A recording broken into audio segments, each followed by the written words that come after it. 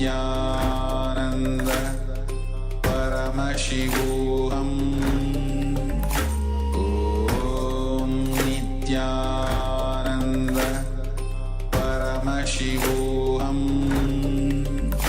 Om Nithyananda Paramashivoham. Om Nithyananda Paramashivoham. Om Nithyananda Paramashivoham. Om Nithyananda Paramashivoham. Om Nithyananda Paramashivoham.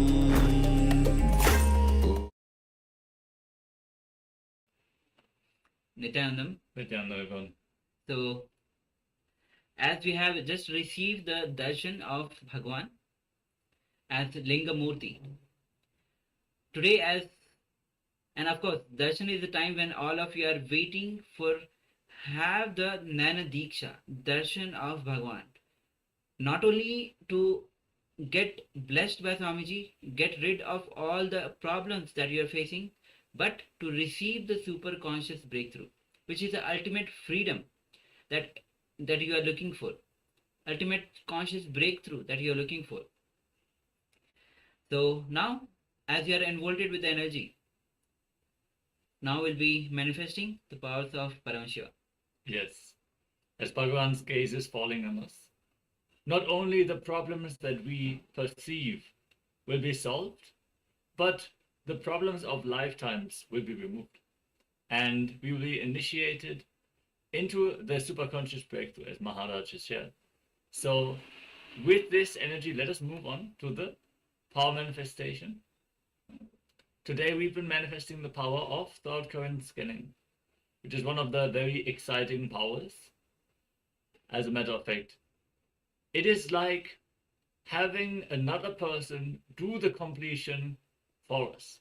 If we scan the thought current, the blind spots, then the third eye will simply take care of the inner chatter, the problems we are not willing to look into or we're not able to see. In this round, we are going to manifest a different variation though. We're going to scan our team, our family and peers, people who are close with us or who are just around us, for what they are thinking about. So we are going to go live as what is happening in the inner space right now. So connect to your team members, whoever is there close by, or you can also maybe connect here in the Zoom chat. And if you cannot find a partner, you can also scan the acharyas for this round of the power manifestation. We're going to be available for the third current scanning. So connect to your family members if they are available right now, so you can also enrich them with the signs of power manifestation. See, whenever Swamiji, whenever Paramashiva is manifesting through us, even just being in your presence leads to the entanglement with the superconscious energy. So you should always try to do the power manifestation with another person so you can enrich their life as well. So we'll also be having an image in front of us, and about the image, we'll be having thought currents about the image. We'll continuously doing the power manifestation. You can scan us also, and of course, you can ask to volunteer your family members, your friends, those who are close to you, and ask them to have some thought current about anything that they want, and scan their thought current. So let's invoke Swamiji in your third eye, and let's chant Mahavakya. Om Nithyananda Paramashivoham. Om Nithyananda Paramashivoham.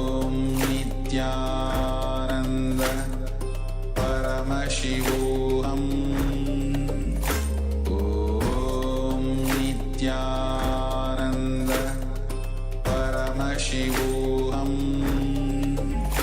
Om Nithyananda Paramashivoham.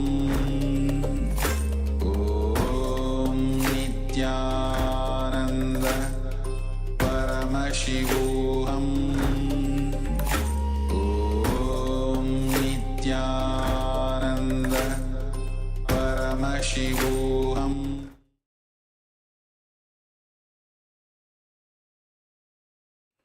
Yes, Nithyananda, you can now settle down and share whatever you have scanned in the Zoom chat. Whether you have scanned for another person of your teamily or who is present around you, or you scanned the acharyas, let us know. And let us know what you have seen, what was revealed to you. Let's take a few moments to share. And all the participants on the Facebook and all the participants on the YouTube, they can also share your revelations on the YouTube chat and the Facebook chat. We'll be attending to each of the comments. And of course, all the participants on the Zoom, they can share their revelations, the power manifestation on the Zoom chat. So Ma Sugranda is saying circle, red, bull or elephant. I also feel it is a picture of nature. Okay, great. Thank you for sharing, Ma. What about others? Ma Lichika, Ma Sugagyana, Ma Dong, Ma Kylie Wong, and rest of the people, please switch on your cameras. We'll be waiting for a few moments and then you'll be asking the person whom you're scanning for the verification. Yes, all the people present, whoever joined us for the power manifestation, please share whatever was revealed to you. Even if you just had a flashing thought, any insight you have received. Don't judge whenever you enter into the power manifestation and chant the Mahavakyam. Be very clear, it is Swamiji manifesting through you. Paramashiva is manifesting through you. So don't doubt, don't judge. Whatever you have seen, however random it might seem to you, simply share it in the chat and let us experience a breakthrough. With intensity, when you involve in the power manifestation, you will see a breakthrough happening. Okay. We have given enough time. If you are still yet to share, you can still do so, but we are going to project the image so you guys can see what we were looking at. Yes. And also, if you have manifested this power with your family members or your friends, you can scan them, you can ask them for the verification, what you saw and what were they actually thinking or any image that they were looking at. Meanwhile, we'll be projecting the image that we were looking at. So we have one participant who have actually shared. So let's verify.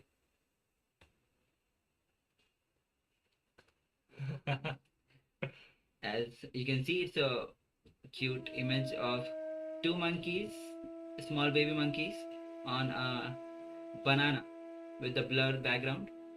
So definitely we have green. So Ma says, Ma Shuranda says a circle, red, bull or elephant. Also I feel picture of nature. So as you can see behind, it's a picture of nature.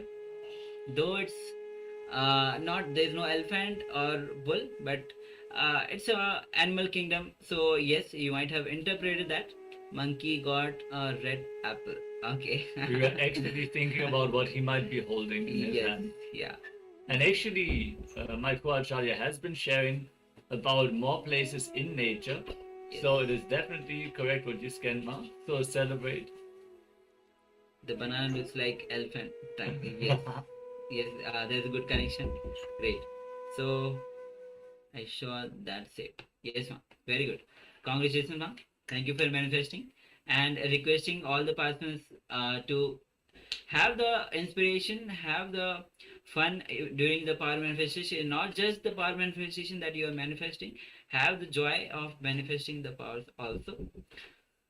So now we'll be entering into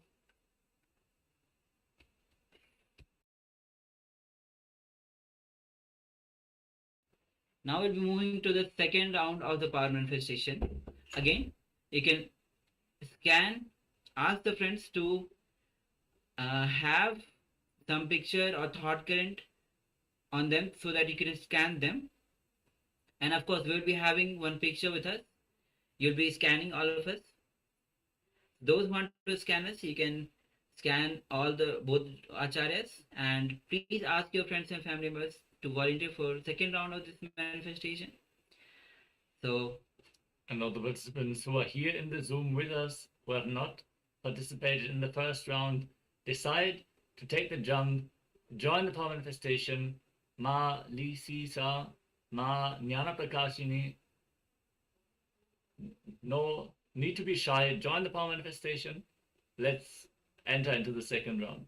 We're going to keep a second image open on our screen away from your side, and we're going to share our thought currents among each other, and then you can scan whatever other thought currents that we are cherishing during this round of the power manifestation. So, requesting all of you to settle down, fall into that space in between two thoughts, which is Nirvikalpa Samadhi, the pure state, Paramashiva's very own natural state. Chant the Mahavakya to connect to Paramashiva through Swamiji. Intensely vibrate with the Mahavakya from the space of oneness. It is the same round, yes, the same power manifestation. Continuously chant the Mahavakya, Om Nithyananda Paramashivoham. Just hold Swamiji in your inner space. He is present in you much more than you are present within you. He knows you much better than you know you. He is expressing through you. He is revealing to you what needs to be revealed at any time. So just acknowledge his presence and request him to reveal what the acharyas are looking at now. Continue to chant the Mahavakya, and let the second round of the power manifestation begin.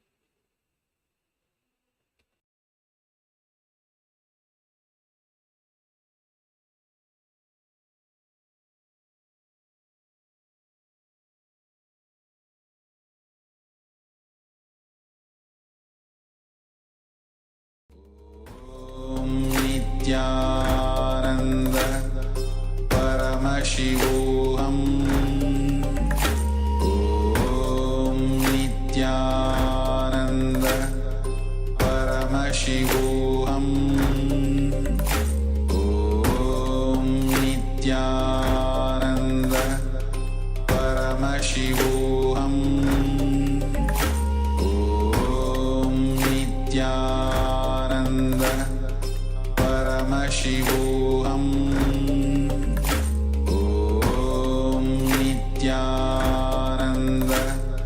Paramashivoham. Om Nithyananda Paramashivoham. Om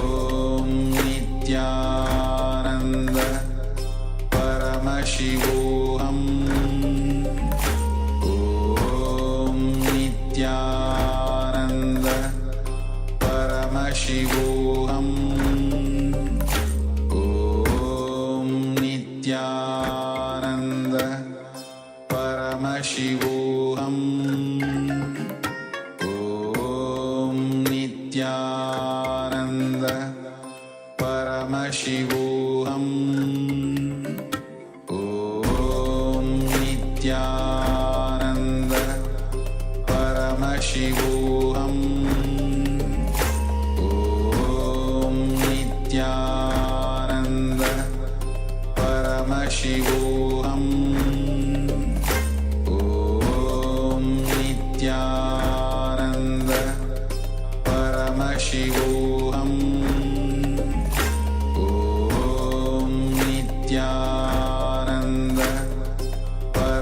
Paramashivoham. Om Nithyananda Paramashivoham. Om Nithyananda Paramashivoham. Om Nithyananda Paramashivoham. Om Nithyananda Paramashivoham. Om Nithyananda Paramashivoham. Om Nithyananda Paramashivoham. Om Nithyananda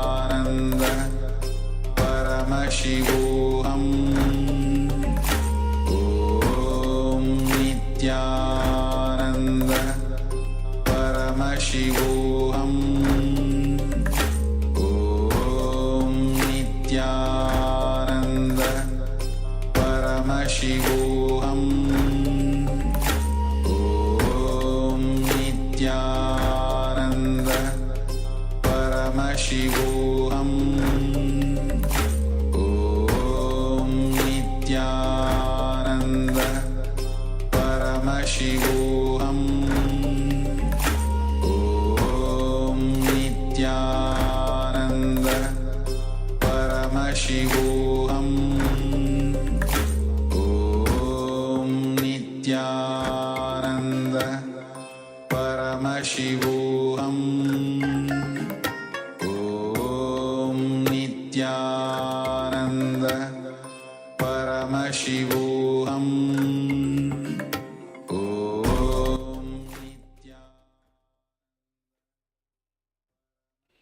Yes, you can now take a moment and ask your friends, families, those whom you were scanning, and if you are scanning the two acharyas, the thought currents of the acharyas and the thought currents of the family members, take a moment to share in the Zoom chat, on the YouTube chat, and Facebook chat, and then verify with the acharyas and the friends and families whom you were scanning.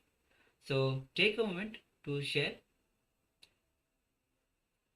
Again, reminding all the participants, those who have manifested this power, please do share. All the participants on the Facebook and YouTube as well, they can put their revelations on the Zoom and the Facebook and YouTube chat. We'll be attending to each of the comments.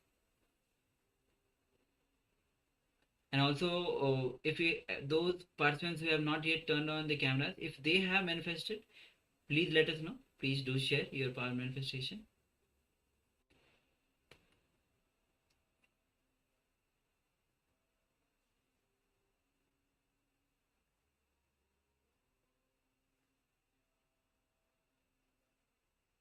Okay, we have Mashukrendra has shared plants, a field of some plants, white bird, sky, teardrop shape, and Shiva. Okay, great. Just waiting for a couple of more moments, waiting for the other participants. Please let us know your revelations. And also, if you have scanned your friends and families, their revelations also, you can share here and let us know. And then you can verify. Masyabu is sharing sunshine. Sunshine. Okay. And also let us know whether you have scanned the acharyas or the friends or the families who are nearby you.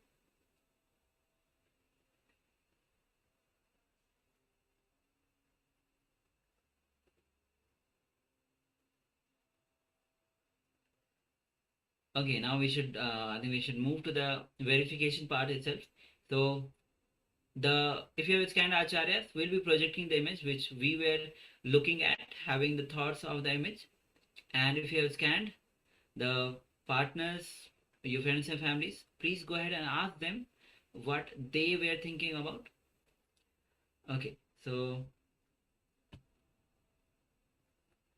So as you can see, it's a woman in a yoga posture, and mostly it's a sunset, and sunset, the sunshine is glowing at the back, and there's a small hill, looks like island, and the woman is standing on the small rock. Yes, you can see on the island in the background there are actually trees.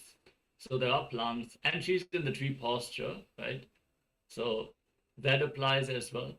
Actually, while we have been sharing the thought currents that we received about this image, my co-acharya was sharing about a Shiva temple in the village from Exactly. where he is from. So Shiva is definitely correct, Ma. Yes.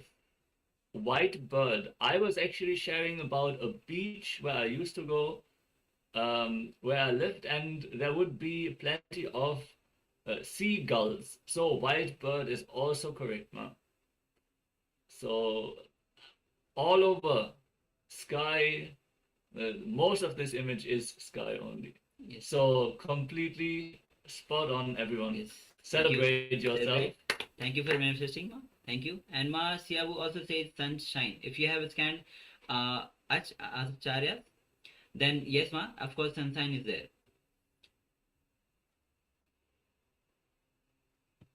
And Ma Shukranda also shares her two arms forming the teardrops I mentioned. Yes, yes, ma. Great. Yes. It gives the shape of that.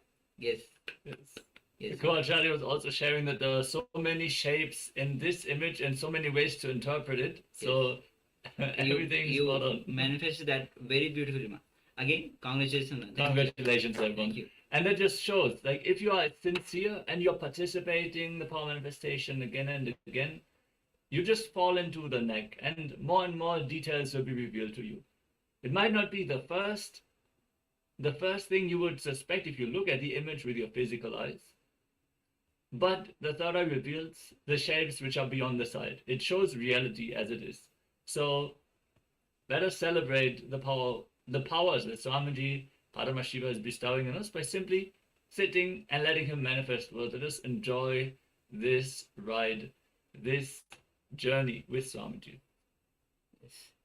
Okay, so now we'll be moving on with the next session, which is going to be on Be Unclutched.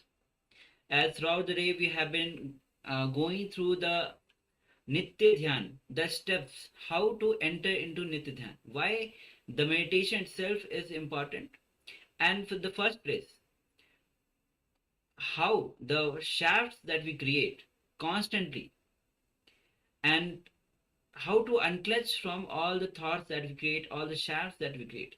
And in this process, Swamiji has created the beautiful technique called Nithya Dhyaan. So now we'll be entering into a revelation by Swamiji on Be Unclutched. Why unclutched? Because all the time we are clutching into the joy shaft or pain shaft. It is mostly the pain shaft. We clutch into the past experiences, connect them, and continuously not only connect them, we strengthen them again and again. And this creates a huge pattern among us.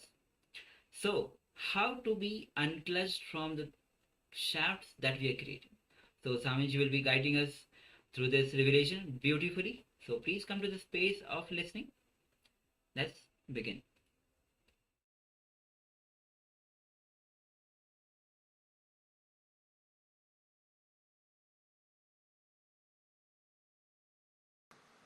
Let me express a main word, key word. I can call this word as Mahavakya. Mahavakya, the word which you need to completely understand. Maybe modern day Mahavakya.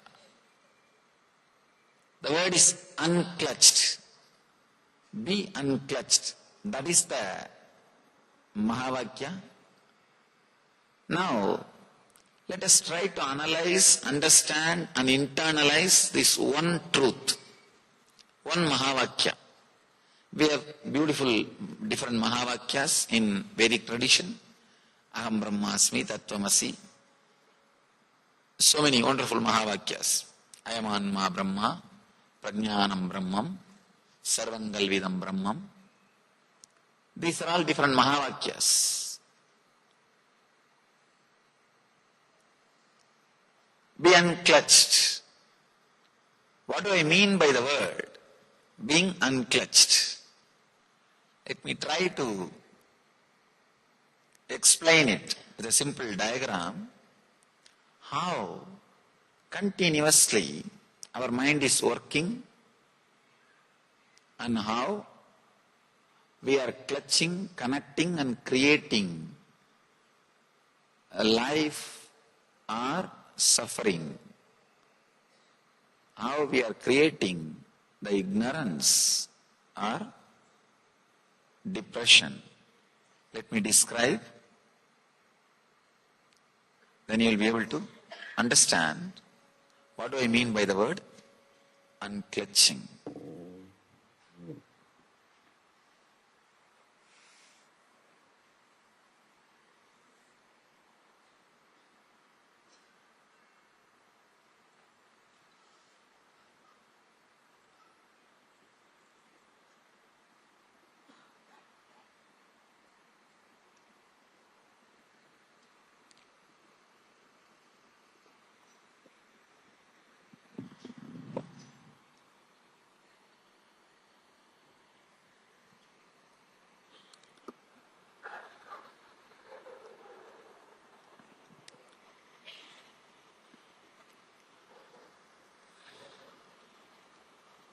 Please come back if you have changed the channel in between.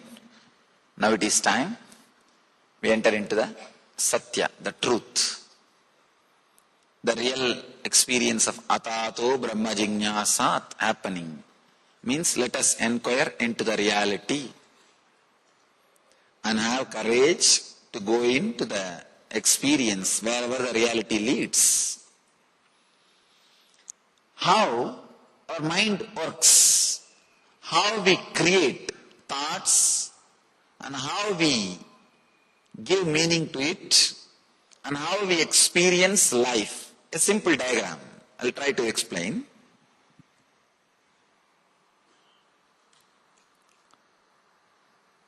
For example, the thoughts are happening in your system.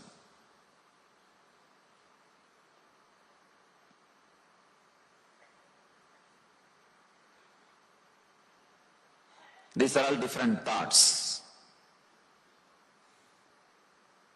I'm just trying to give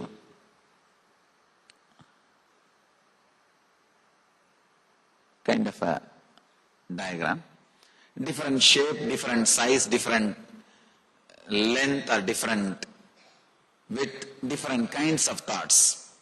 Sometimes thought is about some joyful experience which you had. Sometimes some suffering which you had, or sometimes some guilt thoughts, or sometimes again some joyful memories, sometimes some painful memories, then again some depressing memories, sometimes again then some suffering, different thoughts. If you just do a simple experiment, just for 5 minutes, if you write whatever comes without editing, as it is, whatever goes inside, without editing, as it is, and read that page again, suddenly you will realize you are nothing but a bunch of unconnected, independent, illogical, unclutched thoughts. Please understand. The thinking flow which is happening inside you is not logically connected. For example, if you see a dog in the street, suddenly you will remember the dogs which you have seen when you were a child, or the dogs about which you used to be afraid. You are frightened. Then you will remember your childhood days. Then you will remember the teacher under whom you studied. Then you will remember the place where the teacher stayed. The thought chain, the link will go on. But there is no logical connection between the dog which you saw in front of you in the street and the teacher with whom you studied when you were young. Of course, both of them barked at you, shouted at you. There is no logical connection. Suddenly from where the mind moves to where, there is no logical connection. If you study deeply, when you go back to your house, try this experiment just for 5 minutes. Just for 5 minutes, keep alarm, pen down whatever comes. If you think no thoughts are coming, write that also. Whatever goes inside, like they have a dragon software. All the doctors use for medical transcription. Whatever you speak, it will transcribe. I also use some time for writing books. If your mind is connected to a dragon software, how it will transcribe? Transcribe the same way. Whatever goes on inside, with the same kind of grammatical errors, or same accent, or the same pronunciation, or same words, even if it does not make any sense, just pen down. Suddenly you will see you are nothing but a bunch of independent, illogical, unconnected, unclutched thoughts. You do not know why particular thought is raising after a particular thought. There is no logical reason. There is no logical reason. Just something arises, and then next something else is arising. Next something else is arising. Thoughts are flowing. Words are flowing. When you are aware, usually, sometime suddenly you will become aware of your body and your existence. At those moments, any thought which flows in front of you becomes your life. You start giving attention to it, either to fulfill or to escape. Understand? It's like a projector light is there. Any slide which is kept in front of that projector light is seen as a reality in the screen. One problem is this: in your inner space, the projector light is not continuously on. It just comes and goes, comes and goes. Whenever you are not aware of your existence, many times, even though your eyes are open, even though your body is moving, you will not be aware of your existence. You can see in your life, you will get into your car in your house, drive for half an hour. Only after you reach the office, park the car, and when you come out of the car, suddenly you will realize, oh, I finished my driving. Office come. I reached office. You would have taken 200 decisions in that half an hour. Right, left, giving brake, stopping for signal. But you are not aware of your existence. That is why you don't remember all these decisions you took and all these things happened in you. Means those few moments, the projector light was off. Any slide which was moving in front of it is not part of your life. Again, for no reason, the light comes on. When the light is on, when you are aware that you exist, whatever thought moves in front of you, they become your part. They become your life. Understand? It's a very subtle truth. Your life is totality of all the thoughts moving in front of you. But unfortunately, many times, many major decisions, thoughts, the life-changing incidents happens when you are not aware. It's like this film which moves when the projector light was off. That also is part of your life, part of your biography. But unfortunately, you are not aware of the scenes, decisions, thoughts which went on, which contributes to your life, which is also part of your life just because the light is off. Every single moment which passes in your life without you being aware of this moment, of your presence, is suffering. Either directly or indirectly, it will add to suffering. Either directly you will invite or indirectly you will create a situation for the suffering. It's a very important thing.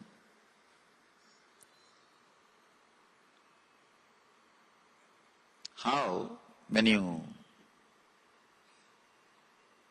turn your cars, the indicators blink. Same way, your consciousness also blinks. You do not know when it is on, when it is off. If you just see the thought flow in front of you, suddenly you will realize, oh God, all these things are going on in me. Then what is going on inside me? I myself do not know where I am heading. I myself do not know what is happening in me. Here, understand this diagram, then we will see more deeper and deeper truths. First, I wanted all of you to understand, you are not aware of all the decisions, all the thoughts moving inside you, inspiring you to live the way in which you are living, inspiring you to think the way in which you are thinking, inspiring you to be the way you are. You are not aware, but constantly we believe we are aware. That is the first illusion. That is the first illusion. The second,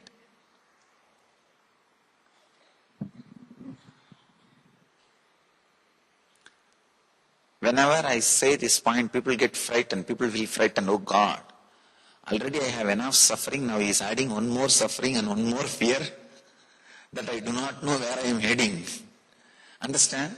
I am not adding suffering. I am just helping you to experience, open up to the reality. One more thing. Opening up to reality, even though it feels like suffering in the initial level, will always lead you to the joy and bliss, because Sat, by its very nature, is Chit. Sat means the truth. By its very nature is Chit, means power, consciousness. And Ananda, bliss. By its very nature, Sat leads to Chit and Chit leads to Ananda.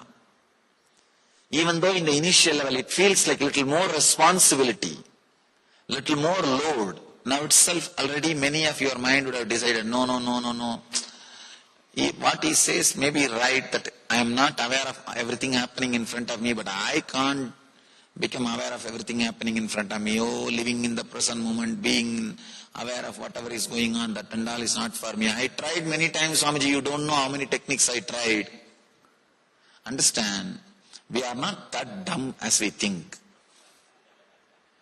We are not that dumb as we think. We have huge possibility, huge potentiality. Maybe the right initiation has not happened. The right click has not happened. So don't close the file. No, I tried many times. You don't know how many gurus I went and how many techniques I tried. There are many people. I call them professional seekers. Their profession is seeking. Anywhere, any board, any Swami, any Guru, any saint, any Baba, any Mahatma, any Amma, anybody, they will be there. Not for learning, just for judging. What he is teaching, let me see. People come to me and ask me, I know everything, Swami, just give me in essence what extra you can add to me. I tell them, please, sorry, I don't know anything extra to add you. I can only remove something from you. What you think as knowledge, I can remove that so that the truth can happen. Please do not come to the decision, no, he's again, I think, going to teach living in the present moment. I know I tried many times, it does not work out, and even if it works out, sometime it goes away. No, I am not going to teach you in living in the present moment. Because you are living, why should I teach? Even if you are suffering about your past, you are suffering in the present. Even if you are worrying about your future, you are worrying in the present. So you are in the present. I am not going to teach you to be in the present. All I am doing is trying to take away some ideas which you think as your mind.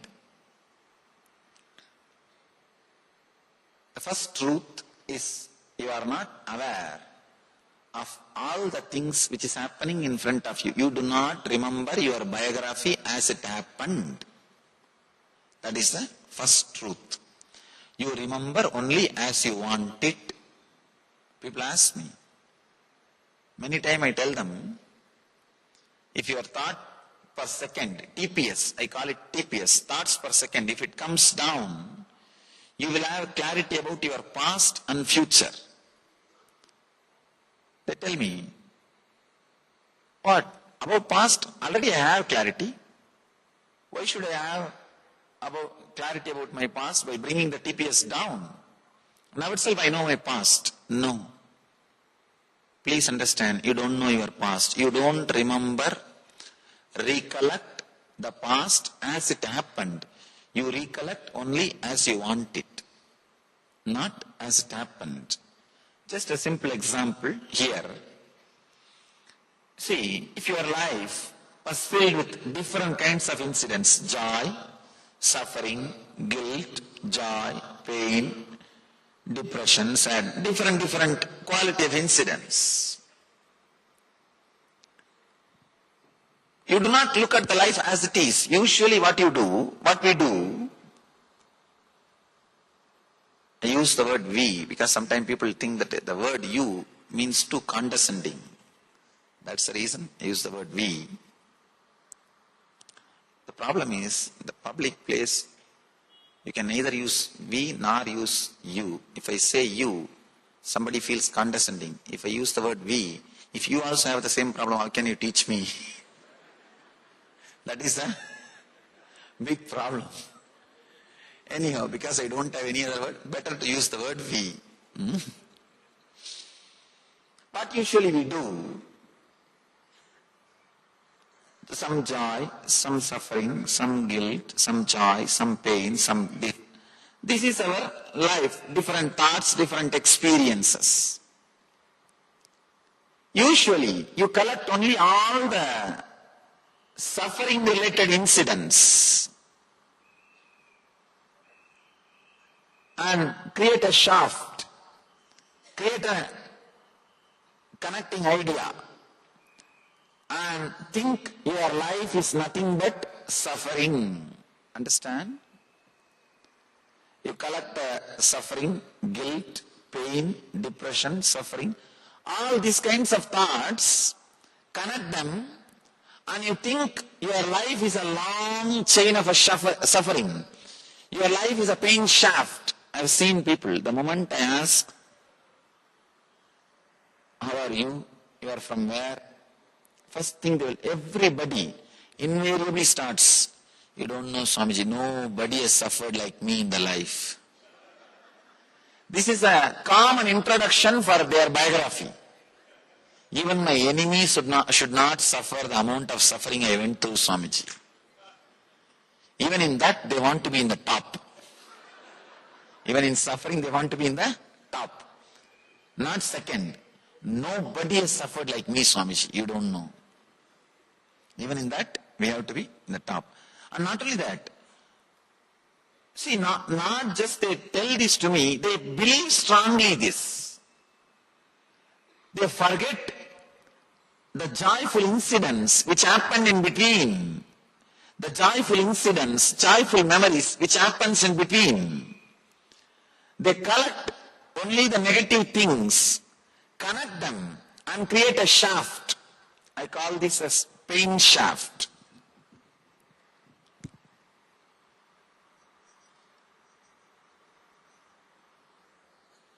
Pain shaft. Very rarely, sometime you create a joy shaft, but very rare, not only number, even the quality will be very rare.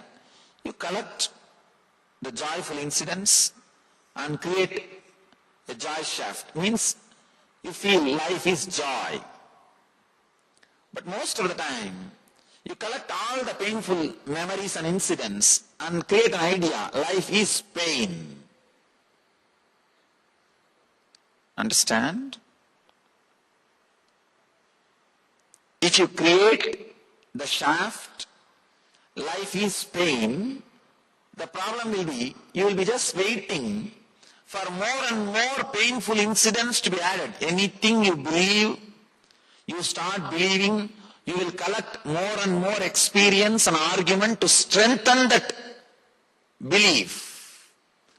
Once you believe your life is a long pain shaft, that's enough. You will be just waiting to pick up only the painful incidents and elongate that shaft. You will be just waiting.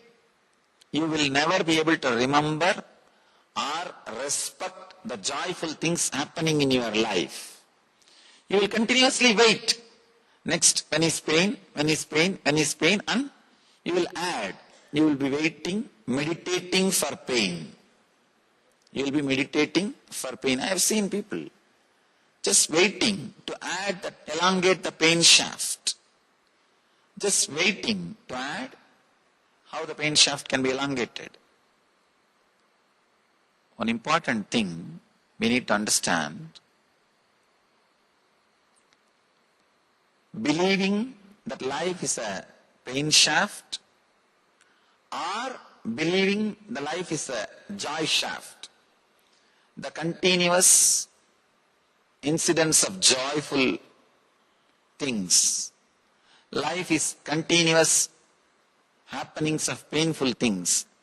The moment you believe life is a continuous happening of painful things, unconsciously you will try to strengthen the belief, but consciously you will try to break the pain shaft.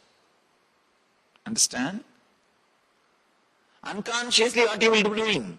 You will be continuously collecting more and more painful memories and incidents to strengthen your belief, strengthen the idea. But consciously you will be trying to break.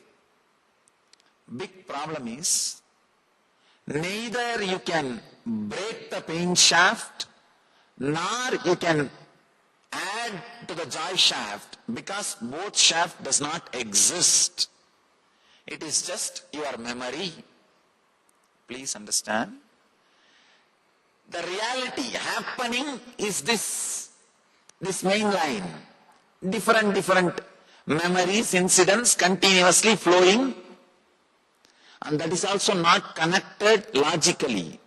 That is why I have given gap between every thought. Different shape, different size, it just comes and disappears. It's happening. If you think your life is big pain shaft, a chain of painful incidents, then you will pick up only the painful things and add. I have seen people carrying the memory, a very huge memory.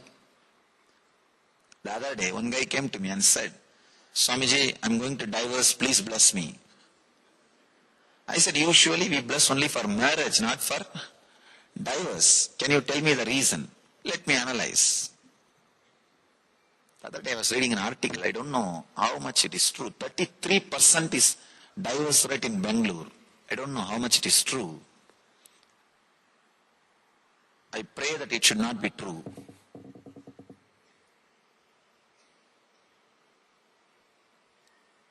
The West 59% single homes.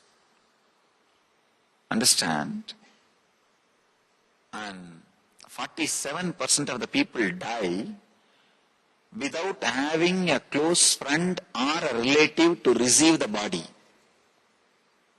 Body is taken by some professional organizations, undertakers, professional undertakers. It's just too much. This guy came and asked me, I'm going to divorce, please bless me. I said, first let us analyze why you are going to do. Then we'll try to sort out. He said, that and all you don't know, Swamiji, you just bless me. I said, I cannot bless as you want. Only if I am convinced I can bless. And it's not like something I have and you can take it without my will. You can't steal blessings, fortunately. He said, the actual reason, the immediate cause was, she brought coffee and it spilled on the cloth, that's all. I asked, don't you see clearly it is not enough reason for divorce? Why don't you realize? Why don't you understand? He said, you don't know, Swami. Today she will pour coffee, tomorrow she will pour acid. You don't know.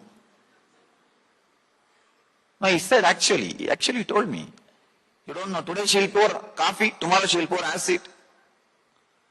I said, why don't you be little logical? Why don't you be little truthful? How can you connect coffee and acid? Sometimes it feels same. How can you connect coffee and acid? Don't you see the gap is too much? You are creating too much of ideas in your head. You are creating too many things. He said, no, Swamiji, you don't know. Last 10 years, how much I suffered with her, you don't know. I told him, do not just create a pain shaft. Just come out with incidents. Then we can analyze, look into it. Don't create a pain shaft.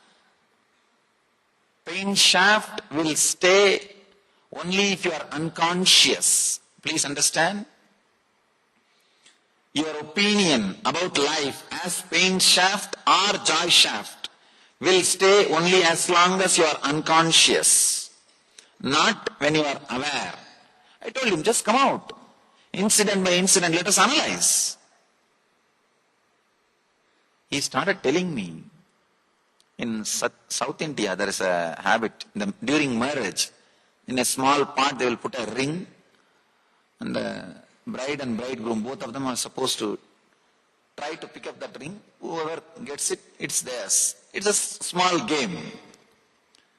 These are all done. In those days, only during marriage, the bride and bridegroom will see each other. So it's like a technique for zeroing down the distance. Just to zero down the distance, this kind of simple plays are done. This guy is saying, Swamiji, even during that play, she scratched my hand with a nail. Now see the file he is carrying in his head. I was really surprised. From there he started telling me, after 2-3 minutes I told, stop. Much worse than police record. Much worse than police record. I said, I think you should not ask divorce. She should ask. Living with you, she should ask. Now this is what we are doing continuously. Sometime about others, sometime about ourselves. But constantly we create a pain shaft or joy shaft. One important thing we forget. Neither we elongate the pain shaft neither we can break the pain shaft nor we can elongate the joy shaft, because it does not exist. It does not exist. Just try to elongate the joyful moments. Try to hold on. If some joy happens, try to hold on to that experience. It won't stay. Not only that, try to reproduce the same ambience, same people, same place, same thing, everything, even the same temperature again. You will not have that same joy. Addiction means believing that joy or ecstasy came due to some object or person or situation, and trying to reproduce the same thing again and again, even though the same joy or experience does not come back again. Understand? This is the definition of addiction. Trying to elongate the joy shaft by recreating or reproducing or again bringing the same persons, situations or incidents or the happenings in your life. If you try, knowing that same joy is not coming is what I call addiction. Anything. Some people are addicted to partying. Some people are addicted to smoking. Some people are addicted to drinking. Some people are addicted even to newspaper reading, especially the violent things. You do not know how much of violence we are swallowing. Understand? The more and more violence you swallow, you will become aware only if the violent pictures are moving in front of you. Means the projector light which is inside you, the awareness that you exist, will come to life only when the violent thoughts crash in front of you. Because whatever you cherish, it's like alarm clock. You tell yourself, oh, I cherish this kind of thoughts. When those kind of thoughts are coming in front of my mind, please wake me up. It's an automatic alarm clock. If you are enjoying lustful thoughts, whenever lustful thoughts crash your system, you will come to the awareness, I exist. If you are enjoying violence, whenever the violent thoughts come in your system, you will come to life, that I exist. If you come to life, that I exist, the thoughts will get strengthened and empowered. If you empower a particular thought again and again, when those thoughts cross your inner space, you will come back to life. It will become vicious circle. This is what I call vicious circle. You empowering negativity and negativity bringing you back to life. You empowering again the more negativity and the more negativity bringing you to life and excitement. That is why if you start cherishing violence, please understand, if you start cherishing violence,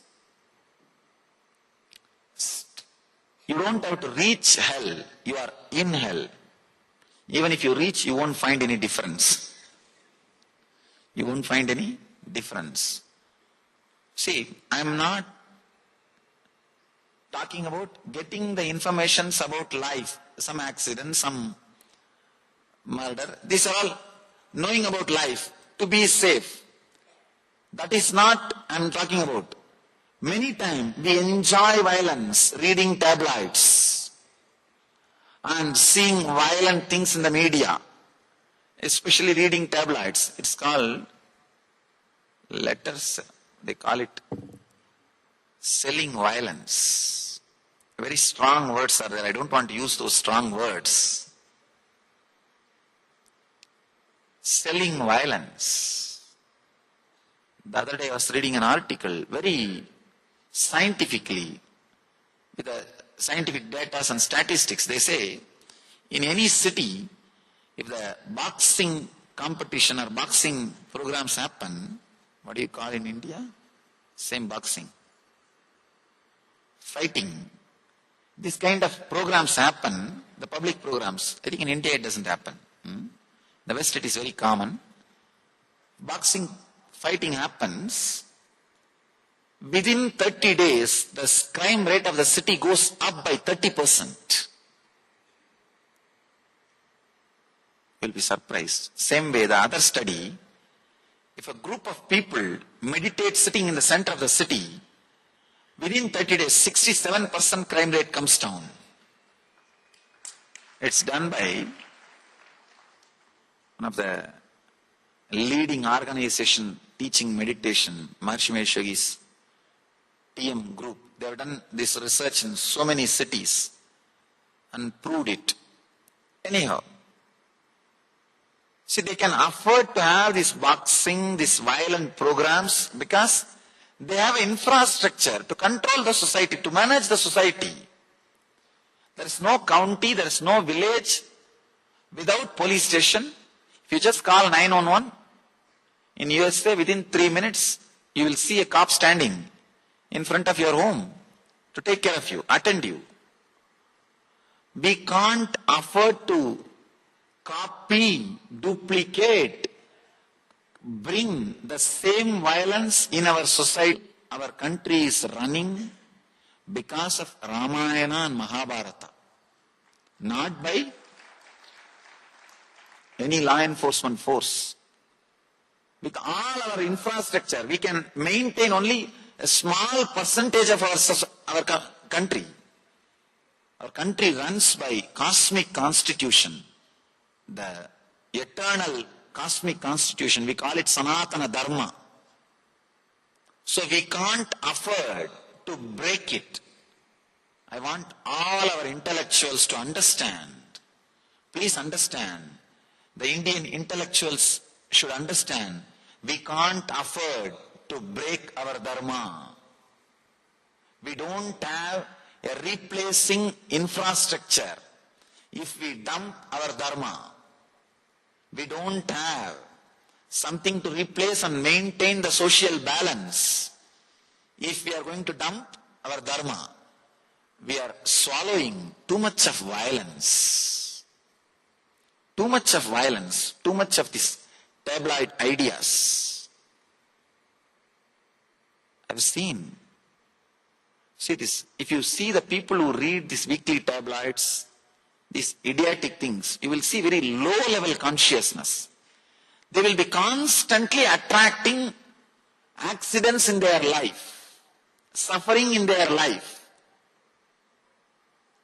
because they are just waiting for painful incidents. That gives them excitement. Kind of a very beautiful example by Ramana Maharshi. The dog will try to bite the dry bone, biting. The bone will poke the mouth. From its own mouth, the blood will come out. The dog will think that blood is coming from the bone and drink the blood, enjoy the blood. Exactly same thing happens in you when you swallow violence, when you eat violence, when you are digesting violence. Save yourself from violence. Understand, not just by the physical violence, even the psychological violence which is constantly getting added into the society, into our system by too many sources. If violence excites you, you will be waiting for that kind of incidents in your life. If pain excites you, if you believe life is pain shaft, you will be waiting for that kind of incidents in your life and strengthen your belief. Understand? This is an important truth. The depression or low mood which you experienced 10 years ago, the depression or low mood which you experienced 9 years ago, the depression which you experienced 8 years ago, the depression which you experienced 1 year ago, they are all independent experiences happened in your life because of independent incidents. 10 years ago you would have been in depression because you don't have son. 4 years ago you may be in depression because you have a son. It is independent incidents causing independent experiences. But in the inner space, For the sake of convenience, you archive all the sufferings in one file for easy remembrance and easy reference. When you archive them all in one file, by and by, you start thinking, you connect all these depression experiences and come to an idea, my last 10-year life was depression. No. All 10 different depression experiences happened in you, happened due to different reason, different time, different experience. But when you connect all of them and see, you come to an idea. Last 9 years, I was in depression. The moment you come to an idea, I was in depression last 9 years. Now you created an enemy who does not exist. Now you start fighting with him. I have to come out of depression. What to do? The moment you create a shaft, last 9 years you were in depression. Now you know for sure, next 9 years you are going to be in depression. You will say, yes, last 9 years I was in depression. Then naturally tomorrow morning I am going to be in depression. How can I suddenly come out? How is it going to happen? I am going to be in depression.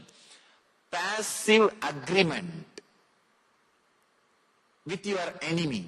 Understand? First thing, you create an enemy who does not exist. Second thing, you already made a passive agreement with your enemy. You won the game. Then how do you think you will not attract depression? You created an enemy who does not exist and already created a passive agreement with him that you won the game. Then naturally then you say, no, Swamiji, I am in depression, please do something. My presence cannot help, only your presence can help you. Your presence only can help you. Nothing else can be done. Same way, the pain. People come and tell me, Swamiji, last 20 years I have knee pain. No, it cannot be. Please understand, it cannot be. I am not disrespecting you or adding more suffering to you by saying all problems are in your head. No, I am not disrespecting you. I am just telling you the truth. All problems are in your head. Please understand, I am not disrespecting you by saying, I am just stating the truth. The knee pain which you experienced 2 years ago, the knee pain which you experienced 1 year ago, the knee pain which you experienced 2 months ago, the knee pain which you experienced 2 hours ago, are independent experiences. When you connect them and see, you stop the possibility of self-healing. Please understand. You stop the possibility of self-healing. Whether you believe it or not, medical science proves your body constantly updates itself and replaces itself once in every 365 days. Even your brain cells are replaced once in 365 days. The intestine is replaced once in 47 days. Every organ is replaced within a particular number of days. If you are carrying a particular disease for quite a long time, it means you have a strong belief it is a continuous shaft. It is a continuous experience. Your unconscious belief something is a continuous experience forces your mind to bring the same pain and disease back. For example, once in 47 days, your intestine gets replaced completely. Understand? I am not saying, Ayurveda is not telling. If Ayurveda says, you won't believe. Medical science is telling. The logical, allopathy medical science is saying, once in 47 days, your intestine cells are completely replaced. If you are carrying any disease related to more than 47 days, even the new system which you created, You created with a mental setup, I have this problem, so I have to have this problem.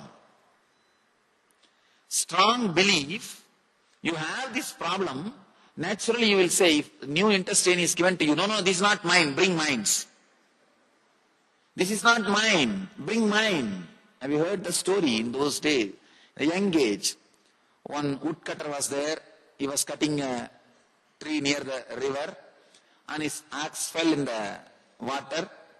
One goddess appeared and she brought a golden axe and asked, is it yours? He said, no. Then she brought silver. She asked, is it yours? He said, no. Then she brought his axe made out of iron. Yeah, she asked, is it yours? He said, yes, it is mine. Then she is very pleased and she handed over all the three. You would have heard the story. Understand, in that story, it is okay. But I wanted to tell you the extension of the story. Now second edition has come. Same hunter was cutting the tree on the same river. He was being assisted by his wife. Suddenly by mistake the wife fell in the river. And the goddess appeared, brought a beautiful woman. Young, beautiful, then the wife. And I asked, is she your wife? This guy said, yes. And goddess got very annoyed. And she got angry. How dare you, greedy fellow? Last time with the axe, you told the truth. But now with the wife, you are telling the lie. He says, no, you don't understand my problem. Last time you asked, first gold, then silver, then my axe. When I said it is mine, you gave all three. Now again, if you give three women to me, what will I do? I know with one what suffering I am going through. That is the reason I took precautionary steps. I just wanted to stop with one. Anything is okay, but just send one, not second. Anyhow, just like how the goddess is asking, something better than yours, is it yours?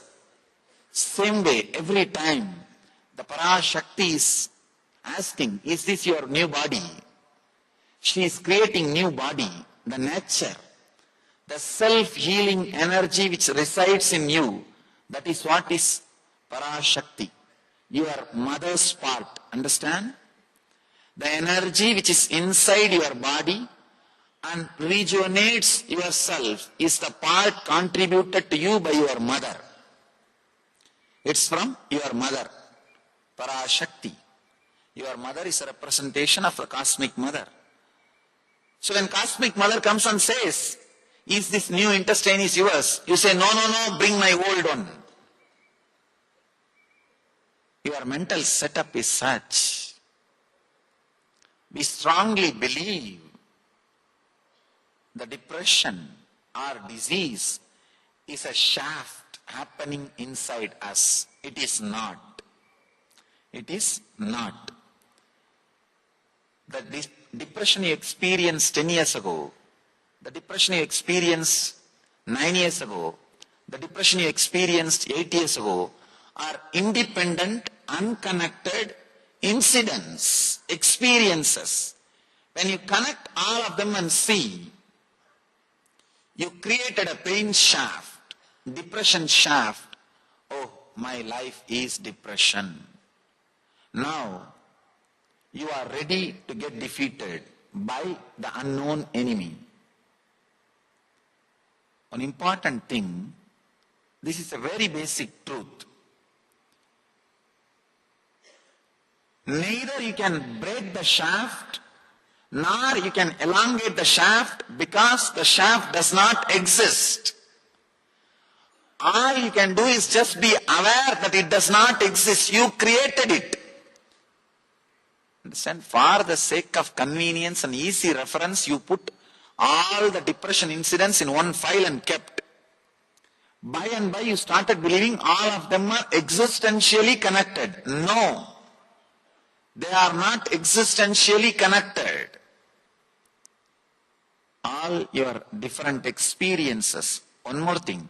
The moment you believe all your depression is connected and you are a depressed being, the small joyful things happened in between will be forgotten by you. You will not even remember them. Understand? You will not even remember them. That is what I am saying. Not having clear picture about past. If you have a clear picture about your past, it will become a solid experience. It will not be a load. It will become a strength. Undigested past is a load. Digested past is a strength. We don't digest our past. It stays on us like a load, like a headache. Here, when you connect all the painful incidents and create a pain shaft, you create an enemy who does not exist and start fighting with him. You see, understand? I am repeating some of the words again and again because suddenly you might have changed the channel for the sake of people who are tuning in just now. CNN I have seen, they read the news, suddenly they'll say, welcome to the people who are tuning in just now. Headlines once more. That's the reason I am reading the headlines again and again. If it is little boring, please bear with me. I am repeating so that it can enter into the system. Somebody asked Buddha, why are you repeating the same thing for 40 years? He says, if you would have heard first time, why do you think I will repeat second time? The shaft does not exist.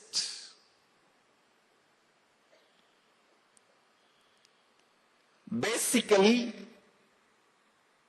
you are an independent, illogical, irresponsible.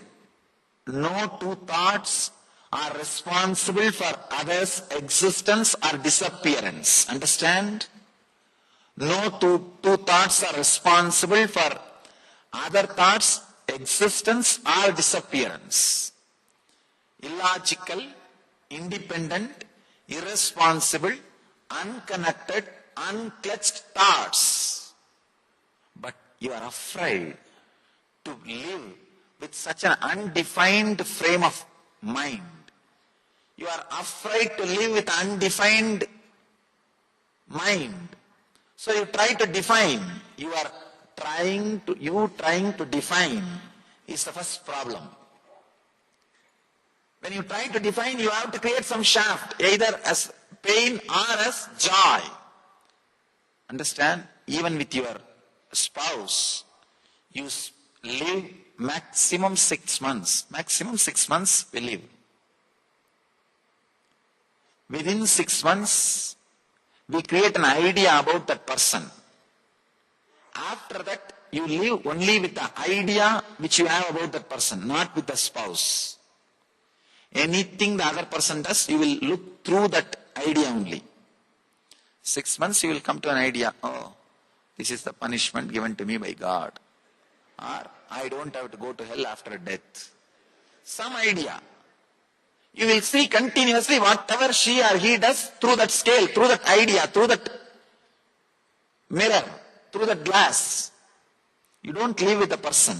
You live with a concept. Same way, about your mind, you have an idea, either pain shaft or joy shaft.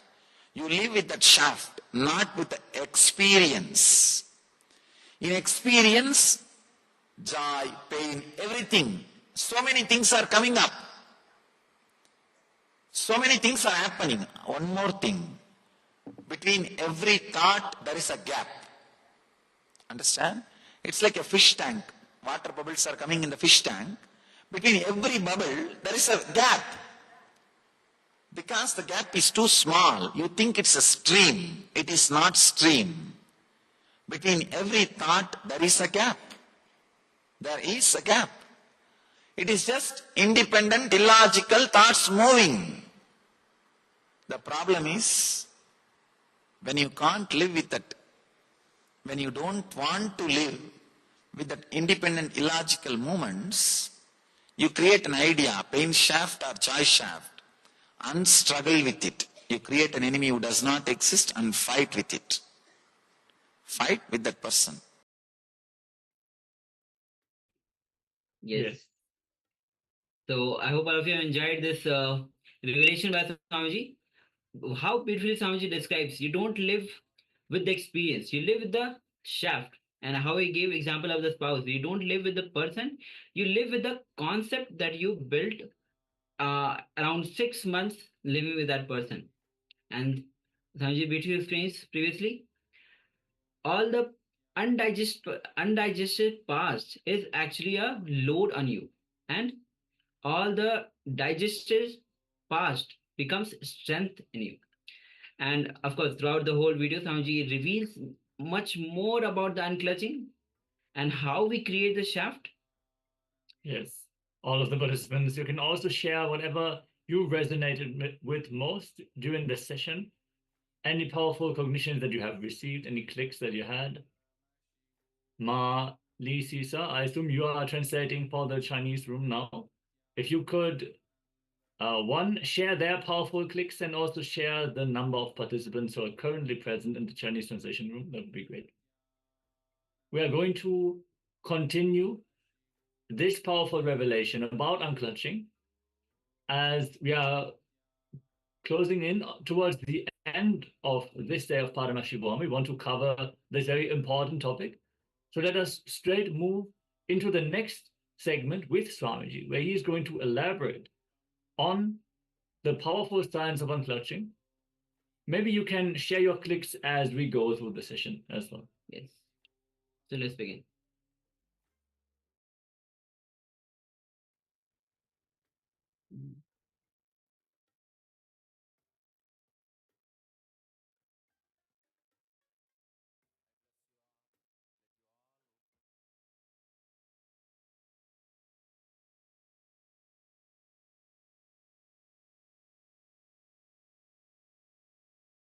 Now all you need to do is stop creating this pain shaft or joy shaft. Stop clutching all these painful incidents and creating a shaft. Stop clutching all the joyful things and creating a shaft. The essence of whatever I was talking is stop clutching and creating a shaft. That's enough. You will see suddenly the shaft disappears. Shaft does not exist. Understand? Some of these important truths. Now we are coming to the initiation part. Any thought may suddenly click with you. God, yes, that is what is going on in me. That is what I am doing. One important truth. Even if you want, even if you try consciously, you cannot possess, sit, catch your suffering. Understand? It's a very important truth. Even if you try to catch, you cannot catch your suffering. Because continuously your suffering is also replaced by different thoughts. One person came and asked me an important thing. Swamiji, I am suffering with lustful thoughts. Please give me some solution. I told him, just sit. Half an hour. Your mind should not go anywhere else. Meditate just on lustful thoughts. Think only lustful thoughts. No other thoughts allowed. In 10 minutes he opened his eyes and said, I am not able to concentrate on lustful thoughts, Swamiji. I said, what are you talking? You told me just now you are haunted by those thoughts. I asked you to meditate on it. Just be with it. Now you are saying, your mind is not staying on those thoughts. Your mind is going somewhere else. Understand? Fortunately, you can have only one thought at a time. Am I right? You can have only one thought at a time. The moment some other thought is coming in your inner space means the earlier thought has lost its power or influence over you. Am I right? Please come with me. Every statement. Fortunately, you can have only one thought at a time. The moment a new thought has come inside your system, the old thought has lost its power or influence over your system. For example, the moment you decide to stand up and leave, you renounce the thought of sitting and listening. The moment you renounce the thought of standing and leaving, you decided to sit and listen. It's like the moment you stand up, you renounce the thought of sitting. The moment you decide to sit down, you renounce the thought of standing up. Any thought which comes in you newly replaces the old thought. The old thought loses its power or influence over you by new thought. Am I right? One person came and asked me, Swamiji, I am haunted by death fear. I have so much fear about losing my wealth and about my death. Give me some solution. Please remove my fear. I told him, please have a cup of coffee. He said, what do you mean, Swamiji? I said, just think of having a cup of coffee and have a cup of coffee. He said, what is there? How can that help me? I told, the moment you are able to think of having a cup of coffee or decide to have a cup of coffee, the fear, that fear which is haunting your inner space has left your inner space. Am I right? Unless the death fear which is haunting his inner space leaves his inner space, he cannot think of having a cup of coffee. Am I right? So naturally, a simple thought to have a cup of coffee can remove the so-called powerful death fear. That guy said, no, Swamiji, it looks too simple. But the death fear comes back, what should I do? If it comes back, have one more cup of coffee, that's all.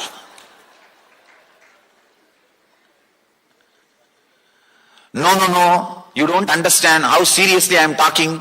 You are playing with me. I said, I am not playing, just simple thing. Understand? Just simple understanding. Fortunately, you can have only one thought at a time. The moment a new thought comes, it means the old thought has lost its power over you. Otherwise, new thought cannot come inside. Otherwise, the old thought cannot be replaced. If the old thought is so strong, it will just multiply and sit on you. It won't leave your inner space. The moment a new thought comes, it means the old thought has lost its power over you, it has left you. Only because of that, a new thought can come inside. So the moment you can have a thought to have a cup of coffee or a cup of water, the so-called death fear has already left you. He is not able to understand. He said, no. It cannot be so simple. I am really having fear, Swamiji. It comes back. I told him, now you know the method how to replace the death fear once, then do the same thing again and again, that's all. He said, no, it comes back. Once I can drink a cup of coffee, next time what to do? Have a cup of buttermilk, that's all. No, it comes back third time. Have a cup of water, that's all. Understand, any thought which comes inside your inner space newly replaces the old thought, even if it was worst fear, even if it was worst depression, even if it was worst suffering, even if it was worst attachment, even if it was lust, anything it can be, anything it may be. The new thought happening in you proves your inner space is now replaced by a new thought. The old thought has lost its power over your inner space. Any thought which can lose its power over your inner space, why are you afraid of it? Why should you be afraid of it? Constantly we are carrying the fear that we will not be able to conquer our fear. We are carrying the fear we will not be able to go beyond our attachment. We are carrying the fear we will not be able to go beyond our suffering. Understand an important thing. This is what I call click, the initiation. If a thought can be replaced, if a thought can leave your inner space once, it means it can again and again removed as many number of times as it comes. That's all. People tell me, no, how many times I can replace? What is there? Every time when it comes, have a cup of water in front of you, sip once and keep it. Just play with your mind, tease your mind till it stops. Tease your mind till it stops. It may look very funny. No, it looks too simple. How can this be done? I may look like a mad person. Nothing wrong. Looking is perfectly all right than being. Looking is nothing wrong than being. Understand simple truth. If a new thought can replace the old thought, then naturally no thought can occupy and possess and torture your inner space eternally.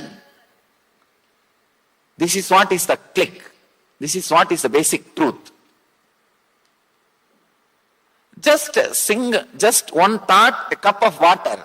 The thought to have a cup of water can replace the so-called powerful death fear from you. It can be replaced. It means what? All you need is cup of water to conquer your fear. All you need is cup of coffee to conquer your lust. But mind says, no, it is not that easy. No, Swamiji. It comes back, what to do? It again comes back. If it comes back, you also again come back. You also again stand up. Understand, if you can replace 10 times, the 11th time thought will not come. The frequency will come down. The frequency will come down. Fortunately, you have a pure inner space which does not get corrupted by the flowing thoughts. An important thing, you have fortunately a screen which does not get burnt by the burning scene. If you project a burning scene on the screen through the film, will the screen be burnt? No. Same way, fortunately, you have an inner space, pure inner space, which does not get corrupted, polluted, or get possessed by a particular idea or a thought. Understand? This understanding deeply can completely liberate you from all the sufferings you create for yourself. It can bring tremendous self-healing into you, tremendous freedom to you, and tremendous courage and confidence. See, now, if any fear arises in you, what you need to do? Cup of coffee. Cup of coffee. And one more thing, immediately mind will question, no, if I handle all fears like this, what will happen if my property is taken away? Who will maintain my family? Don't bother. You have an innate intelligence, which I call prarabdha, powerful enough capable enough to manage your life using your body and mind. All you need to do is stop creating the sufferings which you are creating. That's all. Please be very clear. Life does not happen because of you. Life happens in spite of you. Life happens in spite of you, not because of you. Come back and clutch again and again. Do not clutch the thoughts and create meaning. Give meaning to it. Unclutch again and again. Come back and rest. You may say, how to unclutch? I don't know. I don't think I can unclutch from my mind. This very thought, I don't think I can unclutch from my mind. You already unclutched, because this new thought can come only if the old thought leaves you. Fear can come only if the lust leaves. Lust can come only if the fear leaves. You can have a thought to have a cup of water only if the fear leaves. You can have a thought to have a cup of coffee only if the suffering leaves. The moment you are able to think that I should have a cup of coffee, already the so-called suffering has left. If that is sitting inside your inner space, how can you have a new thought? You can't. Understand? Handle your enemy one at a time. If you think, no, it's a long story, you don't know, Swamiji, I tried 1000 techniques, I can teach you many more techniques, nothing works. And my mind is not that simple as you think. Maybe your mind is simple, that is how it worked. Please understand, even in foolishness, we are not in peak. That's one of the important truths we need to understand. All of us have a very clear idea. We are in the worst ignorance. No, it is not. Just the simple one truth. If a simple thought of having a cup of coffee can come inside, means any serious thought, it may be pain or suffering or anything it can be, it has left me. That is why the new thought is able to come. That is why I have inner space to entertain a new thought. So as long as you have freedom to entertain a new thought, you have an inner space to entertain a new thought, be very clear, you cannot be possessed or tortured by any suffering, any depression and any pain. Because you can just bring one thought, new thought. The moment you bring a new thought, what happened? The old thought has left you. Unless it leaves, you cannot bring a new thought. So be very clear. Your power to bring new thought itself proves you have power to drop the old thought. Instead of looking at the ability to replace, you are looking at the ability to bring it back. You have both. If you are constantly looking at the ability to bring it back, you will create suffering. Oh, it comes back, it comes back, it comes back. If you are constantly looking at the ability to remove, you will feel liberation. Understand? What you mother, that you hate. The hen mothers the egg and gets the chicken out, hatches the chicken. Chicken comes out.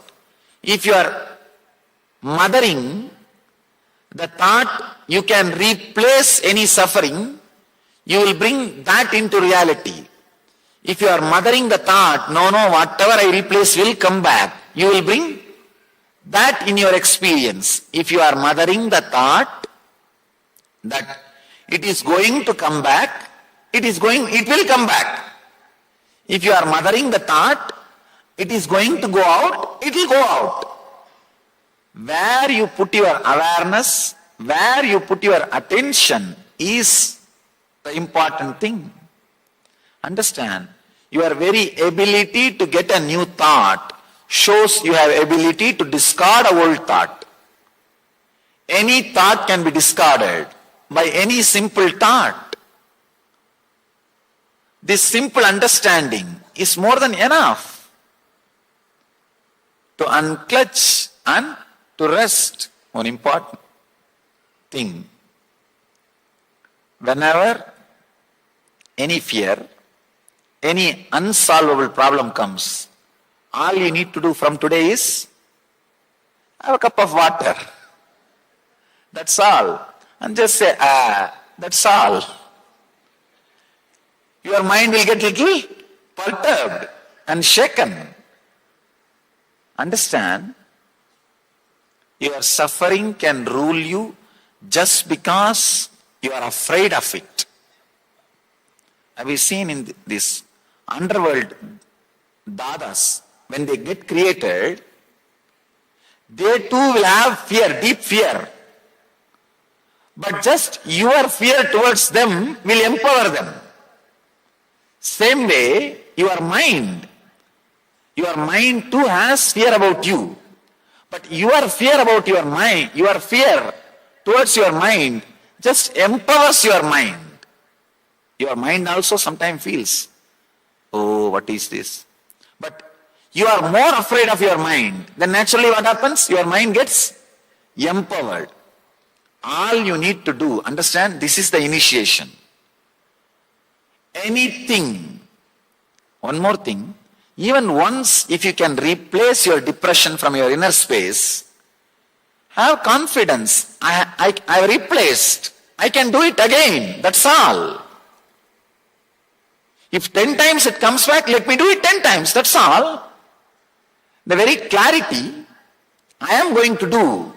Understand, there is a very beautiful story in Buddha's life. Buddha says, whenever I sat in meditation that I am going to get up, after a few hours, I never became enlightened. Once I decided, if I am not going to become enlightened, I am not going to get up from this seat. Idam asanam sushyate sariram. Very beautiful Sanskrit sloka. Let this body dry up in this very place. Till I became enlightened, I am not going to move. Buddha says, the moment he created this strong clarity, authentic sankalpa, will, he says, next second I became enlightened. Next second he became enlightened. All you need to do, when you replace your suffering, if you are thinking, no, 10 times today I can replace, 11th time if it comes back, tomorrow only I have to try, then nothing will happen. Decide, till it stops coming, I am going to replace. That's what I call courage, dhira. And once you have replaced means, you can start laughing at it. I was afraid of you for so many years. I was getting shaken by you for so many years. I was getting frightened by you for so many years. All it takes to push you out is a glass of water, a cup of coffee, nothing else. A thought to have a cup of coffee, a thought to stand up is more than enough to remove the worst suffering from your inner space. Whatever can be, it looks too simple. That is why the problem is, because it looks too simple, people come and tell me, no, Swamiji, it cannot be so simple. I think you missed somewhere, Swamiji. Really, people think, hey, he's too young, maybe he knows only few things, that's what he is teaching. Now that is the problem. Understand, truth is simple. Truth is simple. There is a beautiful traditional song, oh, so difficult to be a devotee of Shiva. Ramana Maharshi sang a very beautiful song. He says, no, so easy, the enlightenment science. So easy. I tell you, it is neither difficult nor easy. Even if I say it is easy, there is little difficult. It is not even easy. It is constantly happening in you. Don't you understand? Every moment a new thought is replacing the old thought. Why are you afraid that you will bring your old thought back? It's like trashing your emails and bringing it back from a trash can. You just bring it back from trash. Just now you trashed it, you deleted, and it has went to it has gone. Now you again go into the trash and try to bring that email back. Relax. Constantly, your thoughts are getting replaced. This itself shows nothing can possess your inner space. Nothing can overpower you. Nothing can overrule you. You have independence, intelligence to replace any suffering. You have freedom to replace any fear. You have freedom to replace any negativity. Understand? It's a very simple truth. Very simple truth. This is what I call unclutching. If you can understand this one truth and connect with this, if this one truth clicks, this can destroy the root of ignorance, the root of mind. Nothing else is needed. Nothing else is needed. And one more important thing, nothing else can work. Please understand, nothing else can work. Anything you try to do by creating new thought, creating new idea. People come and tell me, Swamiji, I want to escape from my suffering. Should I chant some mantra? I tell them that will become one more suffering. No, really. I have seen people chanting Ramakrishna, Ramakrishna, Ramakrishna, Ramakrishna. And in between, hey, have you purchased the vegetables? What happened to the market? Did you bring the accounts? Ramakrishna, Ramakrishna, Ramakrishna, Ramakrishna. Understand, many times, when you try to repeat something, you create a new shaft. People feel offended. How can you say mantra japa does not help? I am not saying it does not help. Of course, let me tell you openly, it does not help. I just thought I will be socially polite, but let me be open. The satya is much better and much more important than being socially polite. Understand, I tested it in my life. For 10 years, not with one mala, I will have 2 mala. If I finish 1 mala, 1 round, I will push 1 bead. By that 108, 108. By the time I finish this mala, I would have chanted 10,008 times. I have done enough. I tell you, that only creates one more guilt. You are not able to do mantra continuously. Because by the time you move the next bead, already one thought has come. If somebody records what happens inside your system, Ramakrishna, move the next bead, Ramakrishna, move the next bead, Ramakrishna, move the next bead. That's what is going on inside. That is what is going on inside. Oh, I think I chanted too many times. Let me count. I know, because I have done it. Not only that, I have always seen people, when they close and with closed eyes, they will start counting the beads. After some time, slowly they will touch it, the other hand, and see how long it is going to take. Is it going to take 5 more minutes or 3 more minutes where the bead is there? Let me tell you, it's from my experience. Understand an important truth. Do not try to create one more shaft. Just realize the shaft which you believe exists does not exist. That's all. That's all you need to do. That's all you need to understand. And rest in that unclutched awareness. Nirvigalpa Satya. Let me explain exactly what is unclutching. When you sit for meditation, when you sit silently, you will see so many thoughts coming up. Do not connect all of them and give a meaning to it. The moment you give meaning to the words, Either you will try to suppress or you will try to execute. Either you will try to go behind them or you will try to suppress them. Understand? Creating a thought is Brahma's work. Maintaining a thought by going behind it is Vishnu's work. Trying to destroying a thought is Rudra's work. If you stop doing all these three work, you will become Parabrahma. That's all. Creation, maintenance, destruction. Relax from all three. Relaxing from all three is what I call unclutching. Let me give you one more detail or very strong truth. When a thought arises in you, instead of giving meaning to it, just unclutch, means just relax to the source. When a thought arises, if you start giving meaning to it, what you will do, either you will try to do what the thought says, or you will try to suppress. Hey, don't come. Wait, I am going to meditate. Don't do both.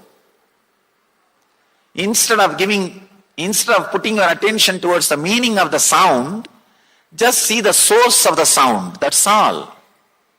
Then your mind will say, no, I am feeling bored. I am feeling bored is one more thought. Why are you clutching? You see, how will you have the idea that you are feeling bored? The boredom which you experienced 10 years ago, the boredom which you experienced 9 years ago, the boredom which you experienced yesterday are independent experiences. Why are you connecting all of them and giving that idea boredom? Only when you connect all of them and give the idea that this is what is boredom, now you will think, yes, I am having the same experience, I am having boredom. Do not connect and clutch and see. Just see. If your mind says, I am feeling bored, just say, what is boredom? Let me not give some meaning out of my past clutching. Let me see, what do you mean by the word boredom? Let me see how it feels like. Let me see how it feels like. Attend your enemy one thought at a time. If you think all thoughts put together is your enemy, you empowered your enemy. Always understand, when you work with your enemy, divide and rule. If you think all your enemies are gathered together, you will start having all unnecessary fears. Your enemies are not that intelligent as you think always. This is one of the important sutra. Understand? Even in your life. Your enemies are not that intelligent and cooperative, understanding as you think. Just like you, they will also have problem among themselves. Your mind, if you think your mind is your enemy, do not empower it by saying it is a one single huge organism. No. Handle it one thought at a time. One thought at a time. Because in your hand you have only one weapon. Means you have only one thought. One thought is one weapon. With one weapon, one thought, how will you handle 10,000 thoughts? No, you can't. So break your mind also. Tell your mind, come one at a time. We will face to face. We will see face to face. Face every single thought. Unclutch from every single thought. Your mind will say, no, half an hour I unclutched. Now again thoughts are coming. The unclutching happened 30 minutes ago, the unclutching happened 20 minutes ago, the unclutching happened 10 minutes ago, are totally different individual experiences. Why are you connecting all those unclutching and feeling that this unclutching and that unclutching is same? No. This moment, what is happening in me is an independent experience. A very subtle truth, please understand. You need to put your whole attention, your whole energy, your whole awareness. Only then the click will happen. If the click happens, you are blessed. Because this very single click can be used as a key for so many difficulties and problems in your life. It will revolutionize the way in which your mind functions, the way in which you make decisions, the way in which your fears threaten you, your desires drive you crazy. The whole thing will be reorganized. The whole thing will be revolutionized. If you know any big idea or goal which drives you crazy can be replaced just by a thought of having a cup of coffee, will you have respect for that goal? Will you have respect for that ideal? Suddenly you will see what all you thought as goal does not have any more power over your inner space. You say, no, that and all is really needed for life. I don't want to leave this, I don't want to leave that. You may try to catch here, there. But what to do? Even if you try to catch, it is leaving, it is slipping. How long you will try to catch a river which is flowing? You can't. Suddenly you will see a non-moving, immovable, the authentic self arises in you. That is what I call living enlightenment. Living enlightenment. Understand? An authentic being which does not need your mind to operate your body is what I call living enlightenment. Your being does not need your mind to run your body. If your mind is constantly staying inside you, it is just because of your fear.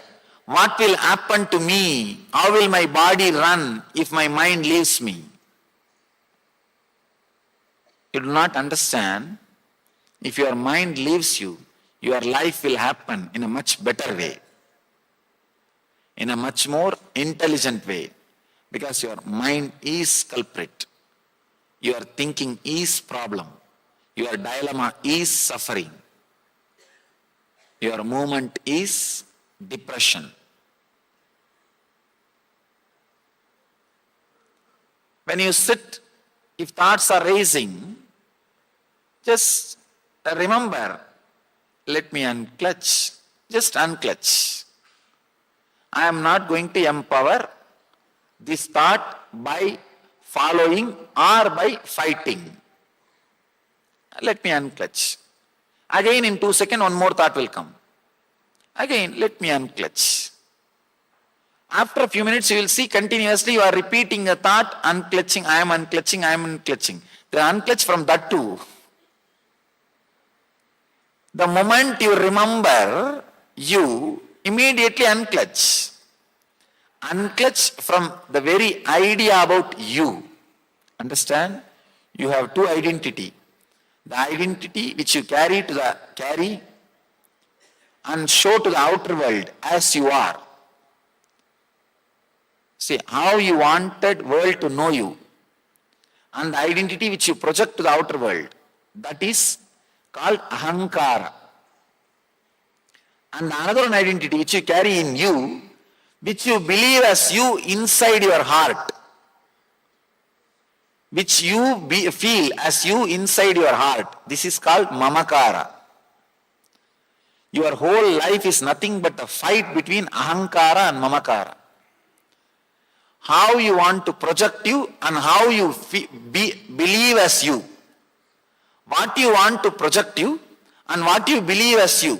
Your whole life is nothing but the fight between these two identities. Ahankara, how you project you, will always be much more than what you are. Superiority complex. Mamakara, what you believe as you, will always be much lower than what you are. Inferiority complex. Your whole life is nothing but the suffering between this inferiority and superiority. Tug of war. Whether the thoughts are related to inferiority or superiority, neither give life nor suppress them. Just unclutch. Just unclutch. Now the fear, important fear comes. If I constantly unclutch, who will run my life? Understand? Your prarabdha with which you created your body, that's what I call biomemory. Your biomemory is intelligent enough to run your body and maintain your infrastructure and expand your wealth. Trusting this truth is what I call bhakti. When Krishna says, Ananyas chintayanto mamye jana pariyubasade desham nityabhiyuktanam yogakshemam vahamyakam.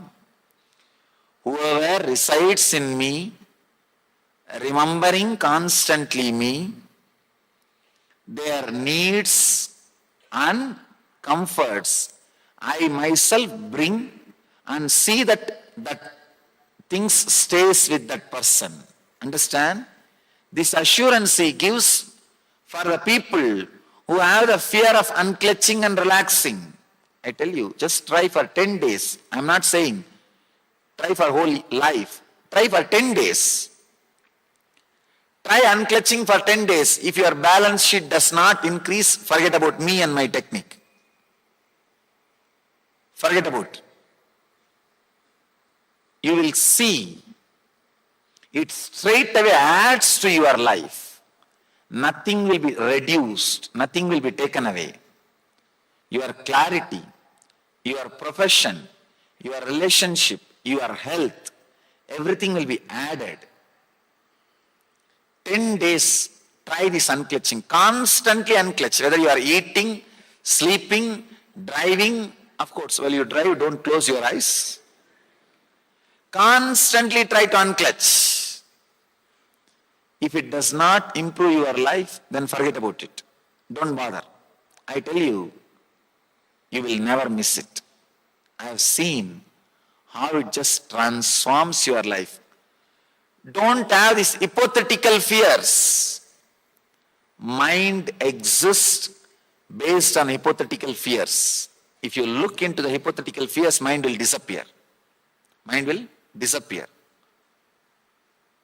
Do not entertain the hypothetical fears of your mind. Just try for 10 days. When I say this, I am responsible for these words. Understand? I know it is getting recorded. I am responsible for what I am talking. Just try 10 days this unclutching. I assure, I have seen, it only adds to your health, adds to your wealth, adds to your well-being, and adds to your relationship. Only your fear creates an idea, no, if I do, who will pay my bills, who will run my life? You will run your life in a much better way when you are unclutched. You pick up a few thoughts here and there, like a conveyor belt. If the conveyor belt is going on, you pick up whatever you need and create a shaft. Same way, either you pick up all sufferings and create a pain shaft, or you pick up all joyful memories and incidents and create a joy shaft. If you try to elongate joy shaft or break the pain shaft, both is impossible because the shaft does not exist. It is imaginary. Third important thing, fortunately, every new thought proves the old thought has lost its influence over your inner space. This proves no suffering can overtake you. Eternal hell does not exist. Understand? The eternal hell is a foolish concept taught to you to torture, frighten you. Because even here, nothing can be eternal. It just moves. It just moves. There's a beautiful one-liner. You can't step into the same river twice. Because by the time, second time you put your step, river has moved. I tell you, you can't step into the same river even once. Because by the time you put your foot and it reaches the ground, Water has moved. Constantly, the very replacement, new thoughts appearing shows you have an inner space which gets replaced, which gets rejuvenated, which gets refreshed, which is untouchable, which is pure. Because the inner space is pure, you are able to have new thoughts. The new thoughts happening proves the old thoughts have lost its influence over you.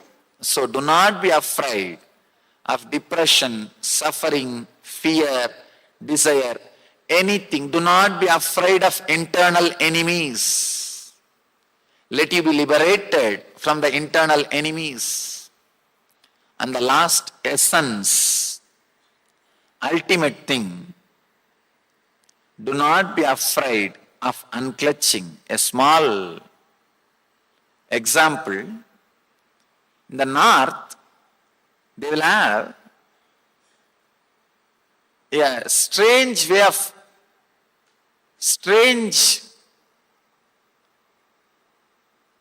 catching the birds. Trap. Strange kind of trap I have seen in my wandering. I spent my 10 years in walking all over India, begging and eating and sleeping under the trees and meditating.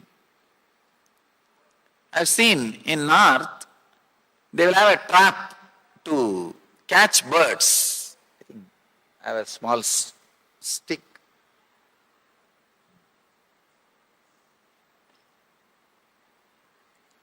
They even brought a bird to give you a visual.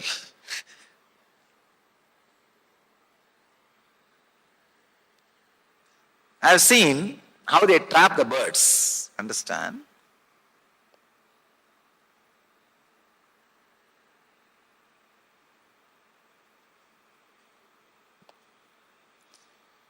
Like this, they will put a stick and hang it between the trees. That's all. You'll be surprised. How can this trap a bird? Understand? When this is hanging, the bird will come and sit here. Bird will come and sit here. When it sits, just because of its own weight, what will happen? It will become like this. It will become topsy-turvy, upside down. This poor bird, it starts thinking, if it leaves, if it relaxes, it will fall and die. I have seen for hours the bird will be hanging. The poor guy will be fluttering, will be trying its best, shaking the wings, but he will be hanging, thinking if he relaxes, if he lets go, he will fall and break his head and die. Have you heard any time a bird falling and breaking his head and dying? No. Fool does not know if he lets go, he can just fly. He can be liberated. Understand? I have seen the bird will be hanging. This hunter fellow will slowly come after 2-3 hours. He will come and just pick up that bird and put it in the cage. How that foolish bird is thinking, if it lets go, he will fall and die. Same way, we have the fear. If we let go our mind, if we unclutch, we will fall and our life will become mess. We will disappear. Understand? There is no history, there is no record. The bird which let go, which opened up, has fallen and died. Same way, there is no record. A person who was unclutched has lost something in his life. Just like how that bird, one more thing, that bird feels that stick is a security. It hangs on to it. But poor guy, the hunter comes, not only he loses the stick which he thinks as security, he is eternally prisoned. Same way, what you think as security, your mind and life, if you hold on to it, what happens? Yama is the hunter, death is the hunter. When he comes, not only what you think as security will be lost, eternally put to the death, lost the truth. Understand? Just like that bird, in a very foolish way, we are hanging on to the stick, the mind, with the fear. If we let go, what will happen? What will happen? What will happen? Sometime I have seen some birds which are flying, they will come and poke this bird and tell, hey, let go. I had the same problem. When I relaxed, I just started flying. All it takes is just 2-3 minutes to balance. See, the bird will be topsy-turvy. When it leaves, maybe 2 seconds it will start falling and it will just turn and start flying. That 2-3 second chaos, courageously facing the 2-3 second chaos is what I call tapas. When you unclutch, there will be some revolution in your life, day-to-day thinking, decision making, in your daily routine, in your lifestyle. Courageously going through that revolution, going through the transformation which happens in you is what I call tapas. Understand? Rarely the bird which was stuck like this in the trap but had courage and let go, opened up, it comes back and says, tells the bird which is hanging, hey, let go, relax, listen. I was like you. When I opened up, I never fell and broken my head or died. I only became liberated. I only became free bird. Come on. Understand? If the bird lets go, if the bird relaxes, it will be enjoying its freedom. Same way, if you let go, you will become Paramahamsa. You will become Paramahamsa. Let me tell you, I was hanging. Now, just because I have seen this in my experience, let me tell you, with that courage, with that authenticity, with that truth, with that satya, please understand, when it comes from the experienced inner space, even if your logic is fighting, don't bother, you will have that experience. When it comes from the truth, it will reach your true self and being. All you need to do, just let go. You will become Paramahamsa. You will become Paramahamsa. Let you live enlightenment. Life lived in an unclutched way is what I call living enlightenment.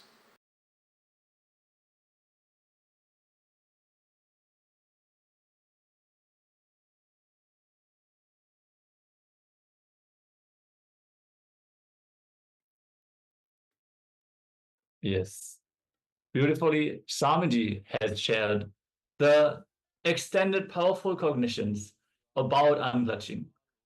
Like a bird who is caught in the trap of a hunter, you only have to let go. That initial fluttering, that initial irritation will happen, but if you persist, if you do that tapas, then you'll actually see you can just fly. So going beyond the incompletions, all it takes is that initial fluttering, that initial tumbling, and you will simply fall into the pure space of unclutching. Yes. So with this, we'll be concluding today's day of Paramashivoham, day 5. And of course, tomorrow we'll be back with the yoga itself. The day itself will be starting with intense 108 asana sequence. So join us back with the yoga, and the theme of the day tomorrow will be on conflict management, enlightened conflict management. Yes, we're actually going to start off the day with a very exciting Q&A segment. We know all of you love Swamiji's jokes, and this is literally a collection, the best of the best jokes that we are going to have. It's a Q&A where Swamiji is just going all out. So we invite all of you to join early. Join for the yoga. Stay tuned for the Pratama Vinyasa Krama. And immediately after the opening for the day, we're going to have this beautiful Q&A session. So make sure to join early and have this feast. Yes. Okay, so now we'll be finishing, concluding the session with the Purna Mantra. So let's bring our hands in Namaskar Mudra. Om Purnamadav Purnamidam Purnat Purnamudachyate Purnasya Purnamadaya Purnamevavashishyate Om Shanti Shanti Shanti Hari Om Tat Sat Sarvam Bhagavad Sri Nithyananda Paramashivapadukarpanamastu Om Nithyanandam. Thank you. Thank you, everyone. Nithyanandam, everyone. Nithyanandam. See you back tomorrow.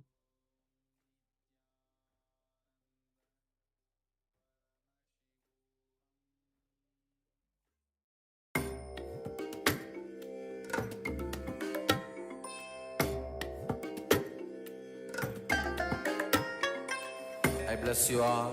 Let you all open all your three eyes and manifest